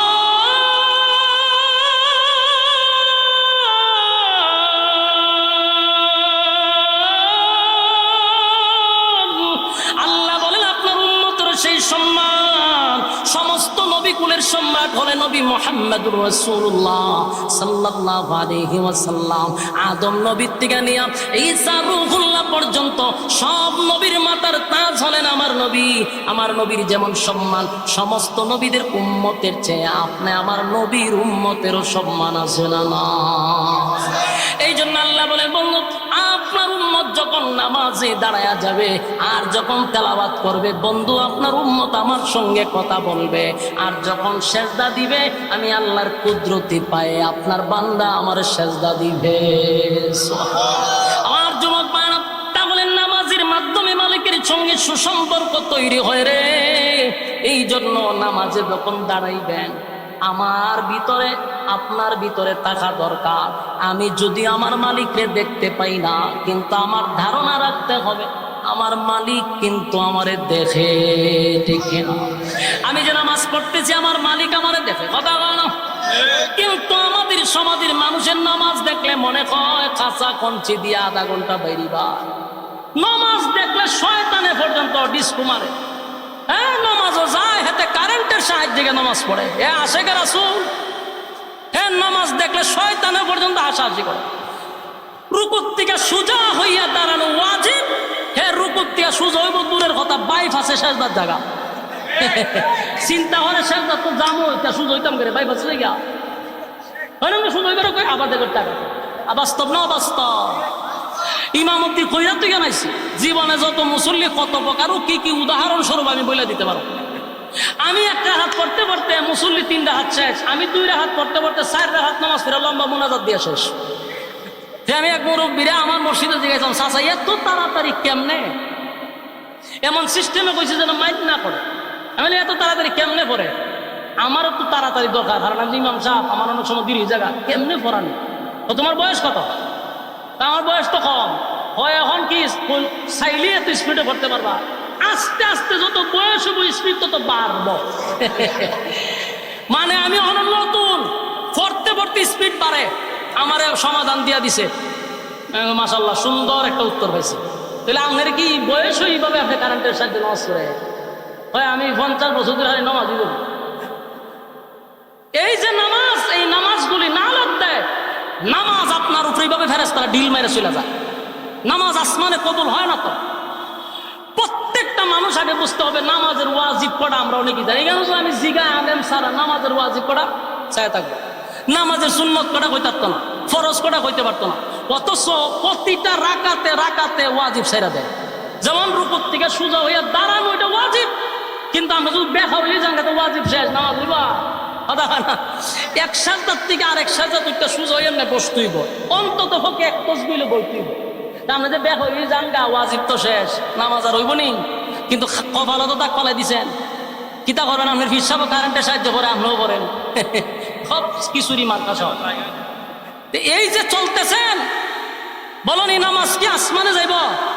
এই নামাজ শেখেট করে আপনার মুখ ফেরেশতারা উড়ে ফেলা। তোর মতো এরকম সম্ভব নামাজের দরকার নেই। কথা বুঝতেছেন? দেখবেন অনেক মানুষ এই সপ্তাহ মসজিদে গেছে, আবার 15 দিন পরে নাই। ঘটনা কি? ঘটনাটা আমি আপনারা বুঝাই।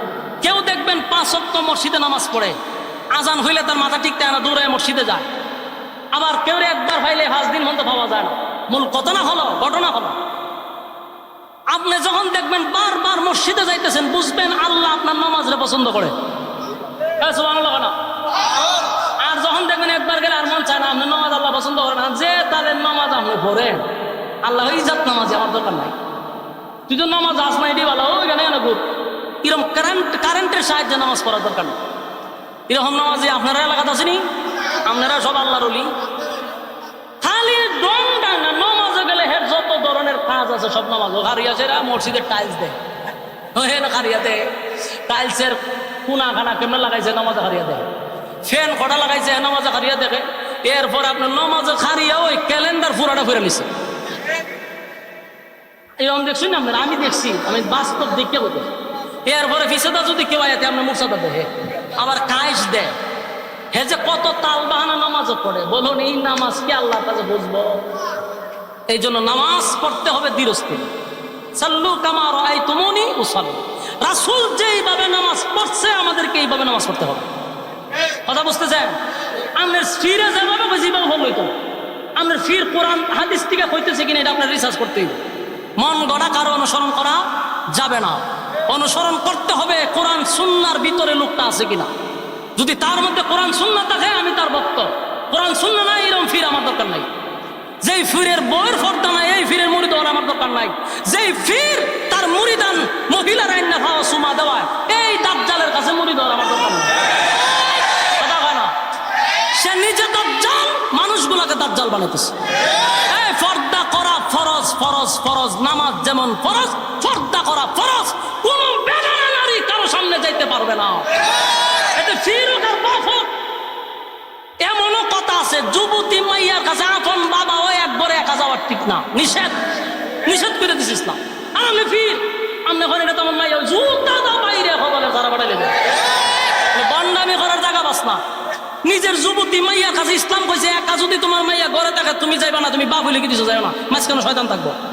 আর ফিরের কাছে মুড়িদা না ইয়া বেডিয়ে ওই আঙ্গুলে শুষে আবার হে বলে মুড়িদা, এটা আমার মাইয়া। আস্তাগফিরুল্লাহ। তাহলে এই সমস্ত পীরগুলার থেকে সাবধান থাকতে হবে। এরা নিজেও জাহান্নামী, এরা মানুষকে রশিদা বাইন্দা জাহান্নামে নিতেছে। আমি তো না করি না পীর মুরিদ জায়েজ না, পীর ধরতে হবে আপনাকে। কেন ধরতে হবে? পীর শব্দের অর্থ হলো উস্তাদ। বলুন পীর কি? উস্তাদ। আমরা পীর মনে করি যেটা বুঝি একটা মারাত্মক, পীর মানেই হলো উস্তাদ। উস্তাদ আপনাকে শিক্ষা দিবে। শিক্ষক তো আগে জানতে হইব। শিক্ষকের যদি আপনার এলেম না থাকে তা আপনার কিতা শিখাইবে? এই জন্য পীর ধরতে গেলে আগে দেখবেন যে আমার পীর কোন মাদ্রাসা, সেগুলো দিস, কোন মাদ্রাসার বুখারী পড়ায়, কোন মাদ্রাসার শিক্ষকতা করে, কোন মসজিদের খতিবগিরি করে। পীরের যদি যোগ্যতা না থাকে সে আমার শিখাইব কি? এই যোগ্যতা নাই বিরে তো মহিলা দিয়ে ভাউটি পায়। কদিন আগে একটা ভিডিও দেখছি আমি, আপনি যদি কোন প্রমাণ দেখান সাথে সাথে ডকুমেন্টস আপনারা দেখাবেন। আমি একটা ভিডিও দেখছি, নাম করা পীর, মহিলারা ভাও ঠিকতেছে।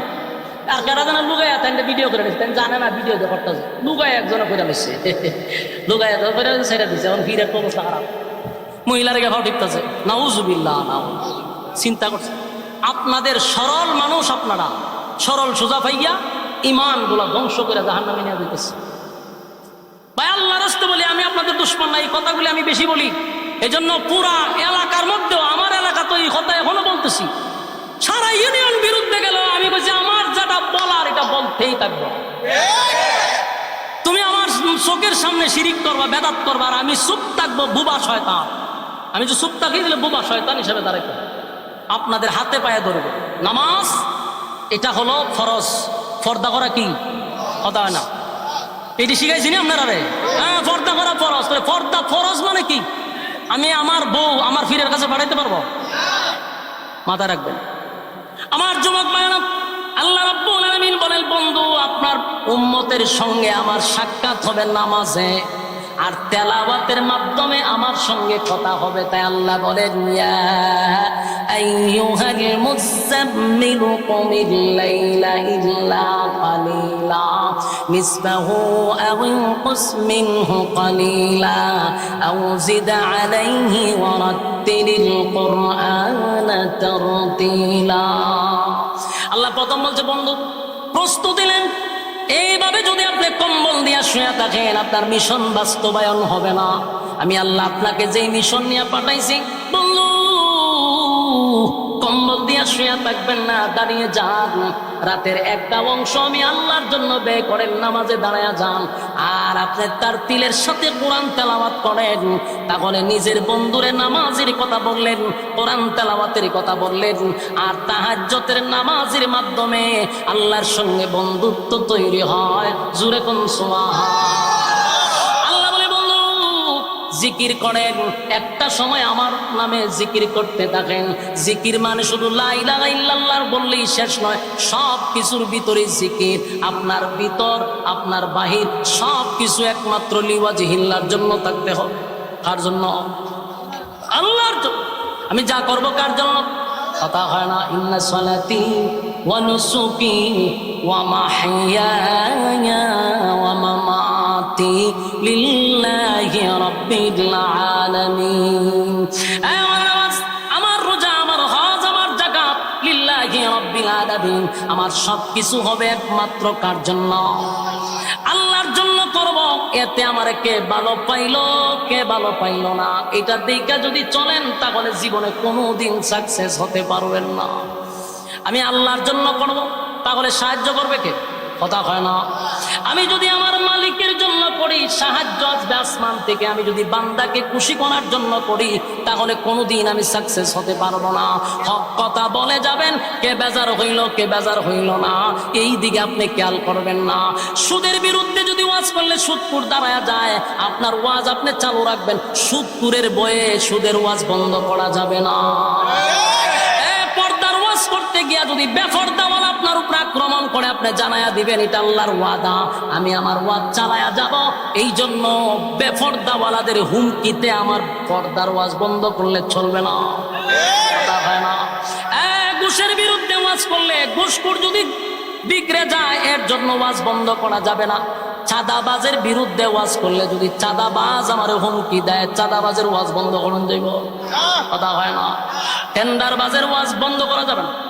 আমার কথা হলো ওয়াতাওয়াসাউ বিল হক, আল্লাহ বলেন তোমরা হক কথা বলো। হক কথা বলতে হবে। এটা তিতা কিন্তু এটা বলতে হবে, মিষ্টি না। হক কথা কিন্তু তিতা, এটা কি না মিষ্টি না। সবার কাছে ভালো লাগবে বিষয়টা এমনও না, কিন্তু আপনার জবান বন্ধ করা যাবে না। আমার যুবক ভাইয়েরা, আপনাদেরকে যেই জায়গায় রাখছিলাম সেই জায়গার কথাটাই বলি। আমরা যেইভাবে চলতেছি কোনো অসুবিধা নাই। আপনার আশিকে রাসূল নবীর প্রেমিক হিসাবে দাবি করেন, আমি শুধু এতটুকুই বলবো, যেই পরিমাণ নবীরে ভালোবাসেন শুধু ওই পরিমাণ নবীর ইতাআত করেন, নবীর অনুসরণ আর অনুকরণ করে চলেন। আল্লাহর কসম আপনারা নবীর হাউজে কাউসারের পানি পান করবেন। কিয়ামতের কঠিন ময়দানে মানুষ যখন কলিজা পাটা পিপাসা লইয়া দাঁড়াইব, তখন আমার নবীকে আল্লাহ পানি পান করানোর জন্য হাউজে কাউসারের পারে দাঁড় করাইব।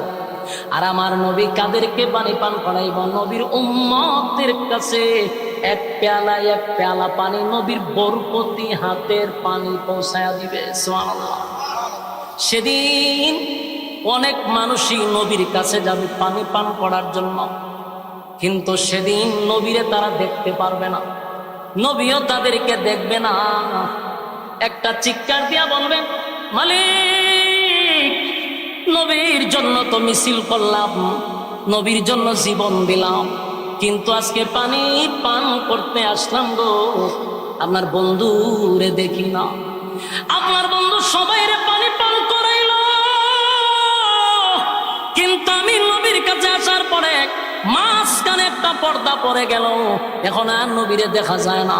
আল্লাহ আওয়াজ দিয়া বলবে, এ বন্ধু, আপনার এই উম্মতগুলি দুনিয়াতে আপনার তরিকা অনুযায়ী জীবন যাপন করে নাই, মন গড়া জিন্দেগি চালাইছে, পীরের কথা শুনা জীবন যাপন করছে, একবারও কোরআন হাদিসে আছে কিনা এটা একবারও চেক করলো না, একবারও সে এটা স্টাডি করলো না, জীবনটা চালাইছে মন গড়া জীবন যাপন কইরা নবীর হাতের বরকতের পানি পান করা যাবে না।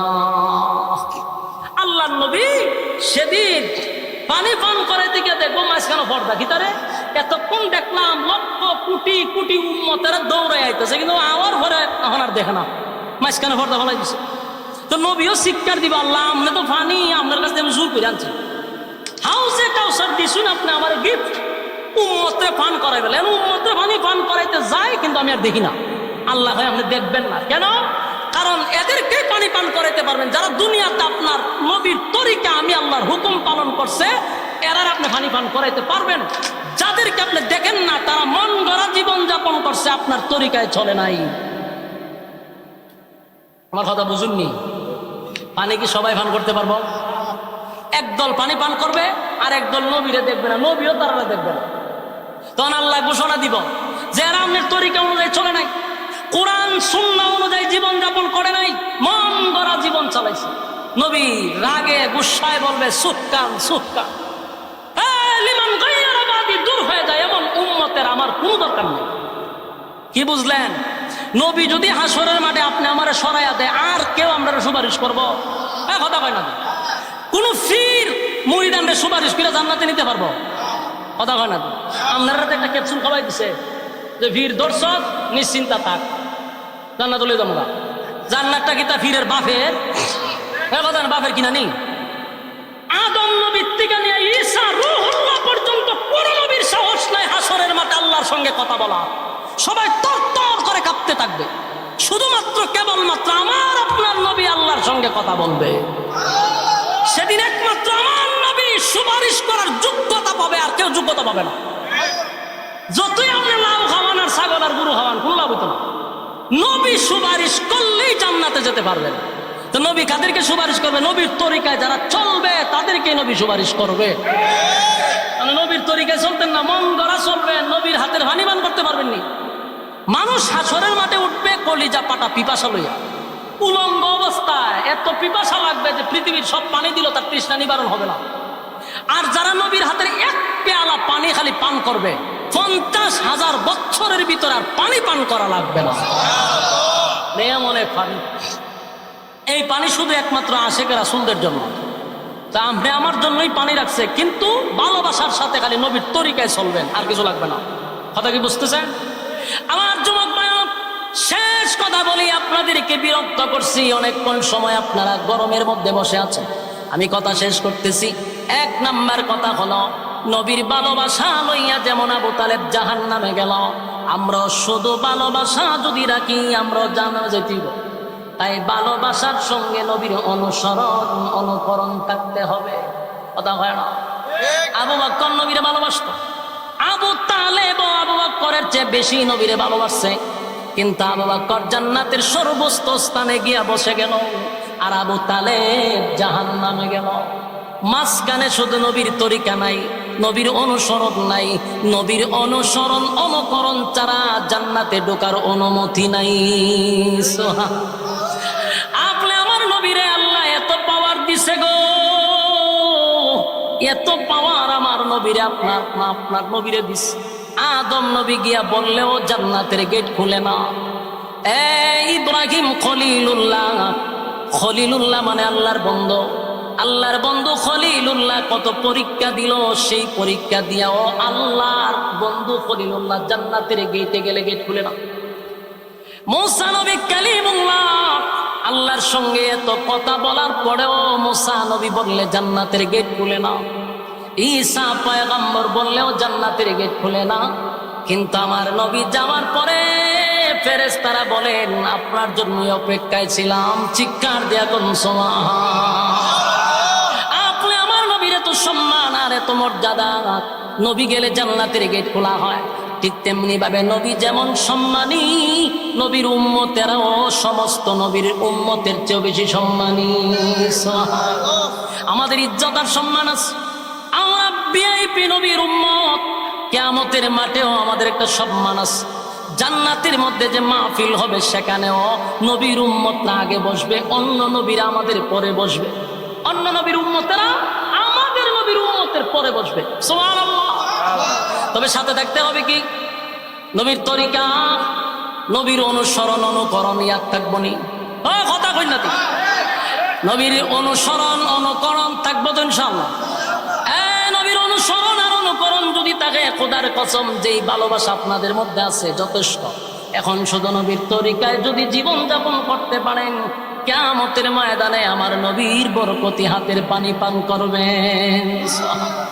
আল্লাহ বলেন বন্ধু আপনি জানায়া দেন, গভীর রাত্রে যারা আমার সঙ্গে নামাজের মধ্যে দাঁড়াবে তাদের সঙ্গে আমার বন্ধুত্ব তৈরি হবে, আর যারা কোরআন তেলাওয়াত করবে তাদের সঙ্গে আমি আল্লাহর কথা হবে। কারা কারা এই আমলগুলা করতে পারবেন? 2টা হাত তুল্লা দেখায়া দিই। লিল্লাহে তাকবীর, নারে তাকবীর। রাজি আছো ইনশাআল্লাহ? 1 নাম্বার হলো কিয়ামুল লাইল যদি তাহাজ্জুদ করে আল্লাহর বন্ধু হওয়া যায়। 2 নাম্বার হলো তেলাওয়াত করতে হবে তারতিলের সাথে, সহি শুদ্ধভাবে কণ্ঠ দিয়া, যেই কণ্ঠ আছে এই কণ্ঠ দিয়ে পড়তে থাকবেন। এতে আল্লাহর সঙ্গে আরো কাছে যাওয়া যায়, আল্লাহর সঙ্গে কথা বলা যায়। পারবো তো ইনশাআল্লাহ? সম্মানিত সুধী, যেই পরিমাণ গরম, এই গরমের মধ্যেও যে আপনারা একখান সময় বসে রয়েছেন, এটা একটা ইমানি পরীক্ষা। ইমানি পরীক্ষা, ইমানি পরীক্ষা, ইমানি পরীক্ষা, ইমানি পরীক্ষা, ইমানি পরীক্ষা, ইমানি পরীক্ষা, ইমানি পরীক্ষা, ইমানি